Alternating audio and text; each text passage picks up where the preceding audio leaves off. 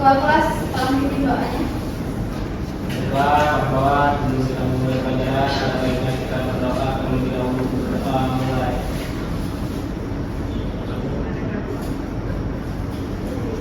Berdoa selesai. Oke. Coba sebelum kita mulai pelajaran, dilihat dulu sekitarnya kalau ada sampah silakan dibuang, kalau medianya kurang rapi silakan dirapikan terlebih dahulu, diluruskan.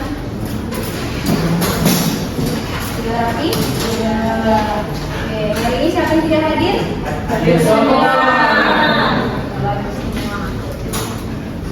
Oke, sebelum mulai pembelajaran hari ini, Ibu mau tanya dulu nih, masih semangat nih mau belajar hari ini? Semangat. Lurus banget nih suaranya. Biar tambah semangat, Ibu mau kasih pantun ya. Nanti kalian bantu catat, terus nanti kalian kasih pantun balasan ke Ibu ya. Oke, mulai. Jalan-jalan ke kota baru. Jangan lupa membeli anyaman. Selamat pagi anak-anakku. Mari kita mulai dengan semangat dan senyuman.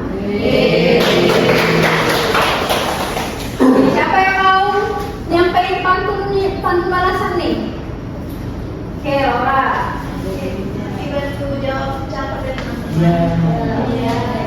Pergi ke pasar membeli jamu. Beli juga buah pepaya. Selamat pagi guruku, kami siap belajar dengan gembira. Ini wadah untuk Laura, kamu udah berani menyampaikan pantun. Oke. Sebelum masuk ke pembelajaran, ada yang masih ingat nggak minggu lalu kita belajar tentang apa? Oke, Ica. Kemarin itu kita belajar tentang warga negara Indonesia, Bu. Iya, tangan dong pada Ica. Sekali bahwa minggu lalu kita itu belajar tentang warga negara Indonesia. Ini buat Ica dari situ. Kita belajar kemarin. Iya, boleh. Sebelum itu, Ibu menyampaikan tujuan pembelajaran terlebih dahulu. Nah, peserta didik kelas 10 ini mampu menyebutkan peran dan kedudukan sebagai warga negara Indonesia melalui tayangan kata dan baik. Nah, minggu ini kita akan belajar tentang karakteristik warga negara yang baik. Nah, karakteristik warga negara yang baik itu yang pertama ada kesederhanaan, itu mampu mengendalikan diri. Yang kedua ada karakter itu menempatkan sesuatu secara adil dan proporsional. Yang ketiga itu ada keberanian, berani membela kebenaran dan bangsa. Kebijaksanaan yaitu mampu mengambil keputusan yang bijak. Selanjutnya ada ciri warga negara era global untuk warga negara. Yang pertama itu ada memiliki pandangan global, dapat bekerja sama dan bertanggung jawab. Yang tiga menghargai keberagaman budaya. Yang keempat berpikir kritis dan teratur. Yang kelima menyelesaikan konflik secara damai. Dan yang keenamnya menjaga lingkungan dengan baik. Yang ketujuh membela hak asasi manusia. Yang kedelapan aktif dalam kehidupan politik. Selanjutnya ada karakter warga negara Indonesia ideal itu berdasarkan Undang-Undang 1945 dan MPR. Pertama itu ada beriman, bertakwa dan berakhlak mulia. Yang kedua ada sehat jasmani dan rohani. Yang ketiga ada berilmu, kreatif dan mandiri. Yang kelima ada demokratis dan bertanggung jawab. Yang kelima cinta tanah air dan bersemangat kebangsaan. Yang keenam religius, manusiawi, adil, makmur, bersatu dan berintegritas. Selanjutnya ada hubungan hak dan kewajiban. Nah, hubungan hak dan kewajiban ini bersifat simultanis yang tidak dapat dipisahkan. Jadi ketika warga negara sudah melaksanakan kewajibannya, bahwa negara itu berhak untuk memberi haknya pada warga negara. Dan sebaliknya, ketika negara itu memberikan hak pada negaranya, bahwa dan warga negara itu juga harus melaksanakan kewajiban sebagai warga negara. Nah, hubungan ini mencakup yang namanya aspek hukum, politik, moral, dan budaya. Nah, yang harus dilaksanakan hubungan hak dan kewajiban ini harus dilaksanakan seimbang agar tercipta keadilan dan ketertiban. Selanjutnya ada status keluarga negaraan. Nah, yang pertama ini ada status positif. Status positif ini menerima manfaat dari negara, bahwa negara ini berhak warga negara ini berhak menerima manfaat dari negara, yaitu seperti mensejahterakan rakyatnya itu untuk contohnya memberi kehidupan yang layak untuk warga negara. Selanjutnya ada status negatif, menolak campur tangan negara pada hal pribadi. Jadi negara ini tidak boleh mencampur tangani urusan pribadi warga negaranya seperti memilih agama, terus memilih pasangan atau kegiatan dalam pemilu dan memilih pendidikan. Nah, selanjutnya ada status positif, yaitu taat hukum. Status pasif, yaitu taat hukum dan membayar pajak. Jadi warga negara itu harus taat hukum dan wajib membayar pajak demi berjalannya negaranya. Nah, di sini semuanya ini bayar pajak semua kan? Iya, orang tua saya. Oh iya, bagus kalau orang tuanya sudah bayar pajak ya, berarti sudah taat hukum dan tahu wajibnya sebagai warga negara. Nah, ada status aktif, yaitu berpartisipasi dalam politik dan pemerintahan. Nah, berpartisipasi dalam politik ini kita sebagai warga negara ini seperti mengikuti pemilu. Selanjutnya ada pemerintahan bahwa warga negara ini harus bersifat aktif untuk menentukan kebijakan dan arah pemerintahan ini. Nah, selanjutnya ada kewajiban negara terhadap warga negara berdasarkan Undang-Undang 45 pasal 28 sampai 34, yaitu yang pertama melindungi dan mencerdaskan bangsa. Yang kedua ada menegakkan HAM. Yang ketiga menjamin kebebasan beragama. Jadi negara itu menjamin kebebasan beragama setiap warga negaranya sesuai agama yang diyakini kepada HAM. Nah, terus selanjutnya ada menyelenggarakan pertahanan dan keamanan. Jadi negara ini sudah melakukan pertahanan dan keamanan seperti adanya kalau dari segi pertahanan itu ada TNI, jadi menjaga pertahanan dan kedaulatan negara dan keamanan. Dan keamanan ini ada Polri, yaitu menjaga keamanan dan ketertiban dan melindungi masyarakatnya. Nah, selanjutnya ada menjamin pendidikan, kebudayaan dan kesejahteraan sosial. Jadi negara ini menjamin pendidikan, kebudayaan dan kesejahteraan sosial seperti yang tercantum dalam pasal 34 ayat 1 Undang-Undang 1945, Undang-Undang Dasar 1945, yaitu warga negara itu wajib melindungi, wajib memelihara fakir miskin dan anak-anak terlantar. Nah, selanjutnya ada mengelola SDM untuk kemakmuran rakyat. Nah, sumber daya alam yang ada di bumi ini seperti air itu harus kita kelola untuk kepentingan atau kemakmuran masyarakat. Kevin sama Dedi tolong mendengarkan dulu ya. Biar ada waktu yang akan berbicara. Nah, selanjutnya ada ketidakseimbangan hak dan kewajiban. Ketidakseimbangan hak dan kewajiban ini bahwa warga negara itu tidak boleh menuntut haknya sebagai warga negara dan kita belum melaksanakan kewajibannya. Jadi negara itu harus melaksanakan kewajiban terlebih dahulu baru bisa menentukan haknya sebagai warga negara. Nah, dan sebaliknya.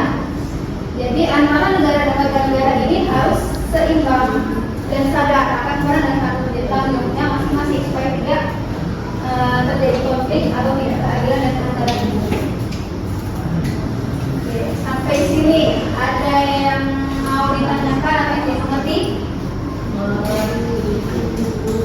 Oke, kalau kalian ngerti, Ibu mau tanya. Coba kalian kasih contoh perilaku sehari-hari yang menunjukkan kalian adalah warga negara yang baik. Oke, aja.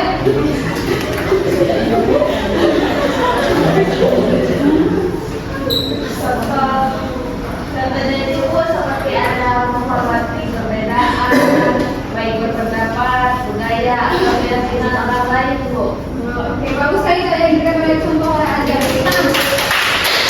Jadi untuk ajaran karena sudah berani memberikan. Nah, jadi semuanya sudah paham semua ya. Oke, selanjutnya Ibu ada contoh kasus. Nah, nanti mau kita tugas pembelajaran hari ini bahwa kita itu akan berdiskusi. Nah, coba satu, saya kelompok dua. Oke. Sebelum itu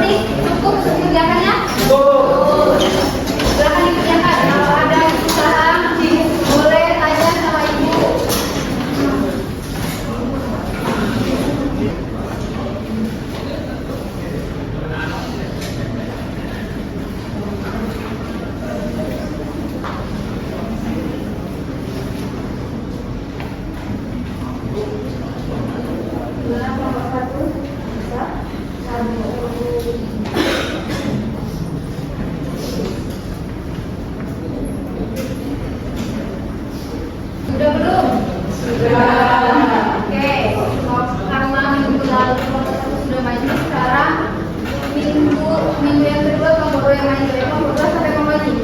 Silakan 2 orang mewakili.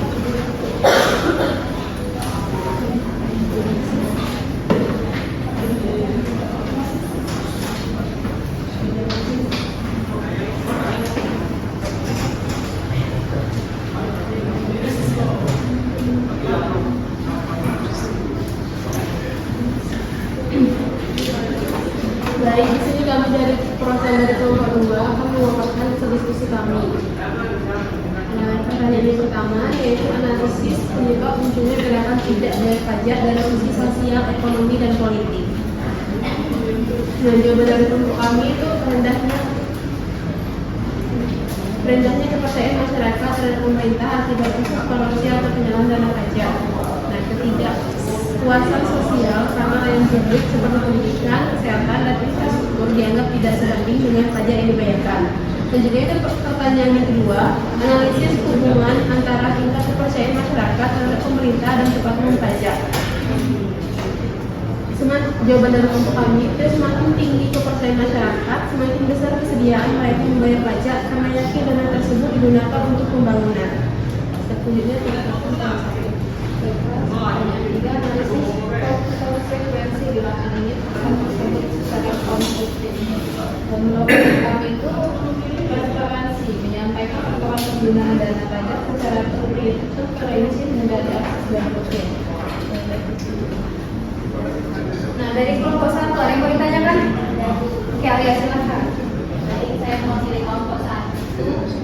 Apakah pemerintah itu memiliki rencana kontingensi jika penerimaan pajak menurun drastis akibat gerakannya disebutkan tadi? Silakan kalau satu jawab. Oke, di sini mungkin kami langsung jawab. Jawaban dari kelompok kami itu secara ideal pemerintah memiliki rencana kontingensi, namun efektivitasnya bergantung pada kapasitas fiskal dan tata kelola. Umumnya, langkah yang dapat diambil itu meliputi diversifikasi pendapatan melalui sumber non-pajak. Baik, terima kasih, dapat dimengerti. Oke, close dulu untuk kelompok yang sebelumnya.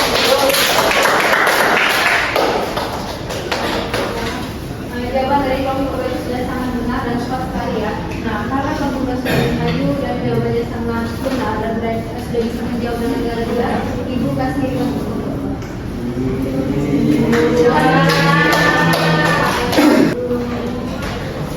Oke, karena diskusi yang sudah selesai, nah di sini ada yang mau selesaikan pendapat. Oke, jelas silakan. Jadi kesimpulan hari ini yaitu materi ini menekankan bahwa sebagai warga negara idealnya memiliki 4 kebahagiaan utama menurut Aristoteles: kesederhanaan, keadilan, keberanian, dan kebijaksanaan. Di era modern, warga negara dituntut untuk berpikir kritis, mampu bekerja sama, menghargai keberagaman, dan menjaga lingkungan. Oke, close dulu untuk Dila. Ibu ada reward untuk Dila. Ibu mau menyampaikan mau menambahkan kesimpulan dari Dila, yaitu materi ini menjelaskan bahwa hubungan antara negara dan warga negara itu bersifat timbal balik. Warga negara memiliki hak positif, negatif, aktif, dan pasif. Namun semuanya harus dijalankan seiring dengan kewajibannya masing-masing. Negara pun berkewajiban memenuhi hak rakyat seperti pendidikan, keamanan, kesejahteraan, serta kebebasan beragama. Nah, keseimbangan antara hak dan kewajiban dapat menimbulkan konflik, ketidakadilan, serta ketidaktertiban. Oleh karena itu, kedua pihak harus saling berperan sesuai kebutuhannya. Sudah pembelajaran kita hari ini, ambillah pelajaran dari apa yang telah kita diskusikan hari ini. Simpan masa lalu sebagai pengalaman dan teruslah melangkah maju menuju masa depan. Oke, sampai bertemu di video selanjutnya. Tetap semangat dan jangan menyerah. Kita ucapkan dalam pertemuan hari ini. Wassalamualaikum warahmatullahi wabarakatuh.